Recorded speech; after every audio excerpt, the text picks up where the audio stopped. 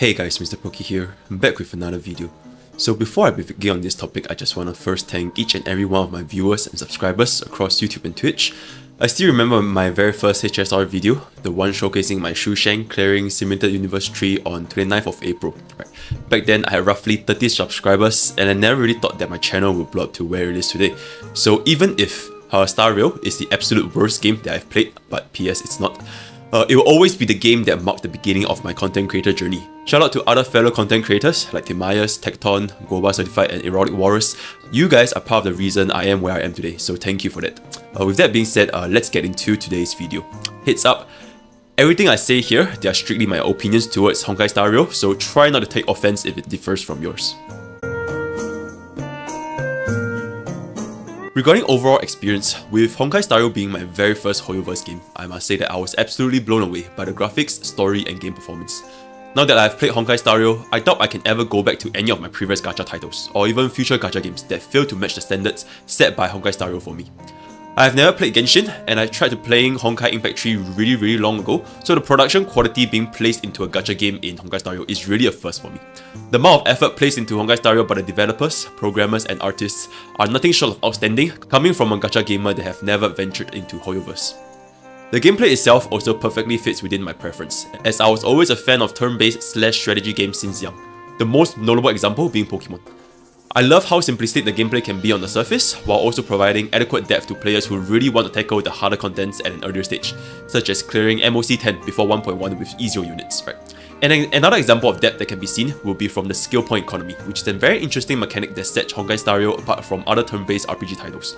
You now have to manage which units can use their skills, timing them at the right opportunities instead of tying skills to individual restrictions such as mana or cooldown. And this really makes the team building a lot more impactful and dynamic when you have to consider every single unit under the shared skill point system. To players who are looking to get into Honkai Star Rail but are not very certain, especially after missing 2 months worth of resources, don't be. The progression in Honkai Star Rail is very linear and there are zero competitive elements, so there's absolutely no loss even if you started months or even years later. Lack of limited banner 5 stars also have negligible impact unless you aim to tackle the endgame content extremely early, right? Which is MOC.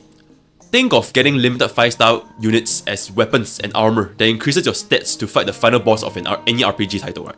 They're nice to have, but you could also have just slowly grinded your way up to the final boss instead. Instead of a traditional gacha game filled with competitive elements, treat Honkai Star Rail like an AAA anime strategy game, and immersify yourself within the story and enjoy the gameplay for what it is. With that said, I will now be discussing Honkai Star Rail's strengths and weaknesses from a purely gameplay perspective. We already all know that the design and performance of this game is one of, if not the best by gacha game standards, but what keeps a player is ultimately the gameplay itself. There are a lot of strengths within Honkai Star Rail, which is part of the reason why I am still playing this game and making content for it till this day. And one of it is the unit viability. I feel like this is one of Honkai Star Rail's greatest strengths, because not a single unit in this game feels like a waste as long as you develop them far enough. Although tier lists exist, and some units are way better than others, such as Silly, ultimately, if the player's goal is to clear basic content like story, events, overworld and simulated universe, then really, any unit can be viable as long as you develop them and make a proper team.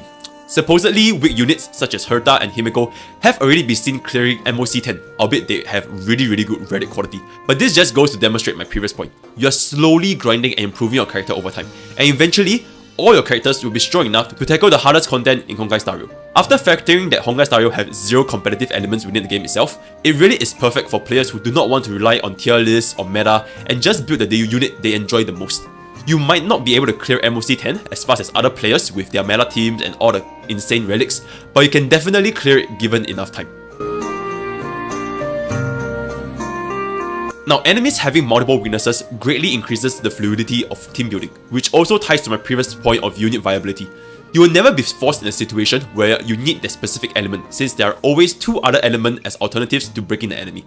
This is especially helpful considering our current game state, where rosters are really limited and resources are super scarce, and players simply do not have the means to raise multiple mono-element team comps.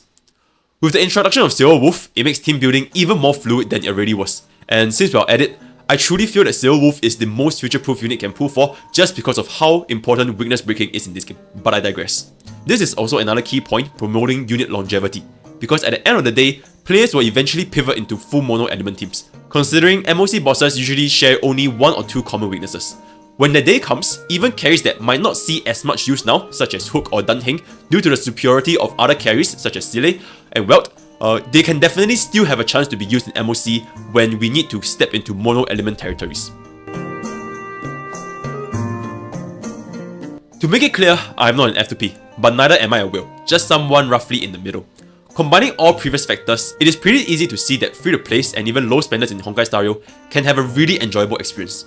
Sure, they might not get access to as many units as the spenders, nor are their units going to be as well built in terms of relics, tracers and levels in the early game, but all these things are a non-issue as their time within the game progresses. Assuming that players play Honkai Star Rail for more than a year, everyone will eventually reach a Trailblazer level 70, farming the same things as the whales who power level right now. Relic RNG will forever be cursed for both types of players, but levels and tracers should easily be maxed or at the bare minimum at 4888 for most units after playing for a year and above. Combined with a complete lack of competitive elements such as leaderboards, guild battles, and god forbid PvP, there is absolutely no pressure for a player to spend on this game if they choose not to, unless they have the collector mentality and want to collect every single 5-star, but that's another topic altogether. When it comes down to gameplay experience, most benefits obtained by spending players are merely a speed up, and not a permanent upgrade to free-to-plays. Free-to-plays might not be able to hit that 200,000 Sile crit damage with a lack of an E6 S5, but the thing is, you don't even need 200,000 Sile crits to clear MOC 10. It is merely for bragging rights such as 0-turn clear videos. My bottom line is, free-to-plays and low spenders can fully enjoy Honkai Star Rail and all of its contents, the only limiting factor being time itself. As long as you put in the time farming and building your team for Honkai Star Rail, you will definitely reach a point where you can clear the same amount of content just as any other spending player within the game. Now with all that being said, as with any amazing game title, none of them are able to tick every single box for every single player, so this will be a few of the things that I personally feel Honkai Star Rail is lacking. To make it clear again, like I said at the start, everything I say here are strictly my opinions towards Honkai Star Rail, so try not to take offense if it differs from yours.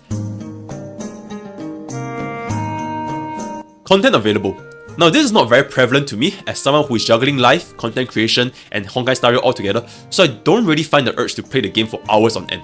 But that being said, after a player finishes the story and the events and doing the overworld and simulated dungeon farming for the millionth time, there really isn't much to do in Honkai Star Rail aside from MOC, and even that will eventually become a breeze when a player's relics and team building reaches a certain threshold, which is to say maybe 6 months or 1 year later, right? Where your team will become so strong that you can pretty much just full auto MOC and still give it a clear.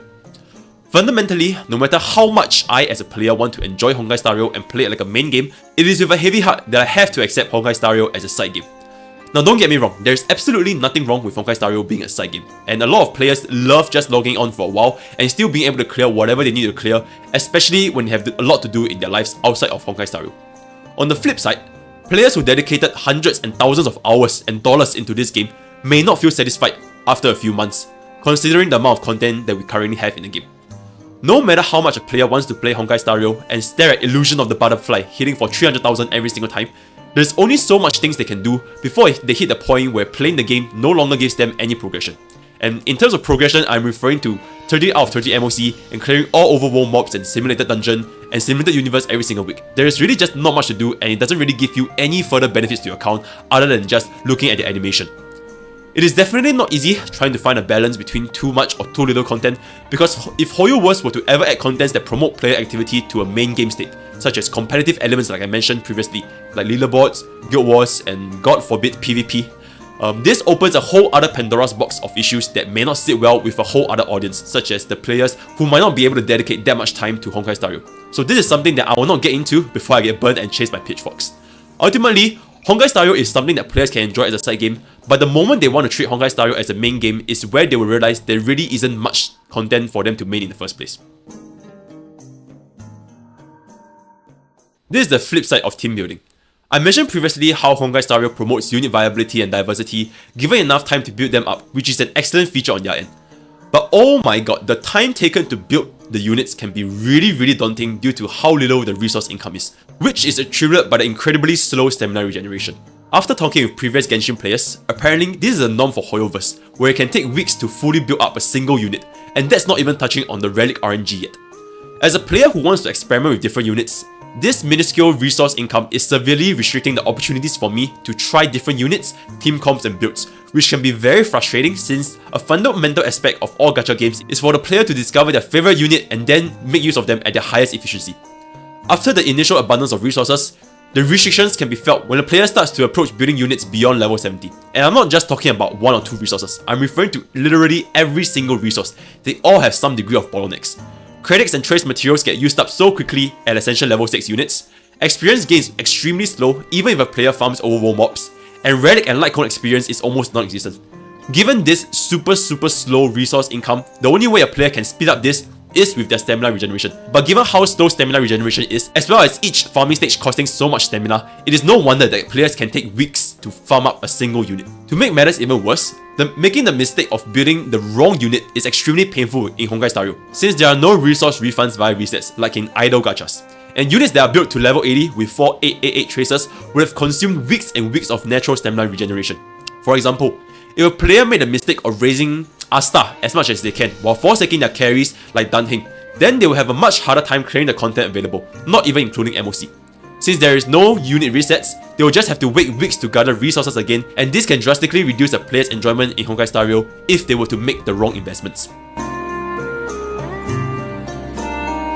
Now, after everything that I've said, the strengths, the weaknesses, as well as the general gameplay experience, Honkai Star Rail is undoubtedly the best gacha game that I've ever played.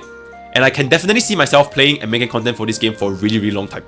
To be completely honest, the most fun aspect of Honkai Star Rail for me isn't really the game itself. I mean, yes, the game quality is excellent, and I wish I can stare at Welt spamming his E with his splendid sound effects for 70,000 every single day. But the most fun aspect for me is ultimately the thinking and the thought process behind it.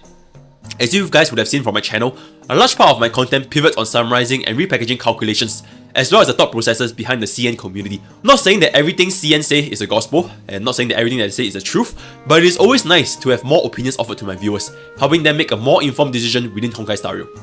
I'm definitely looking forward to more 5 stars and adding them to my roster, maybe even doing challenge runs or hosting community PvP challenges, like seeing who can clear MOC within a certain amount of turns with certain units.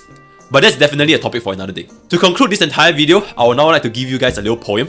But what was before us, we know not, and we know not what shall succeed. So that's all for today, and I hope you guys enjoyed my video. For those of you guys who want to share your thoughts and experiences playing Honkai Star Rail after 2 months, feel free to leave them down in the comments below, or just hop onto my Discord and share your thoughts over there. And I'll see you guys next time. Take care.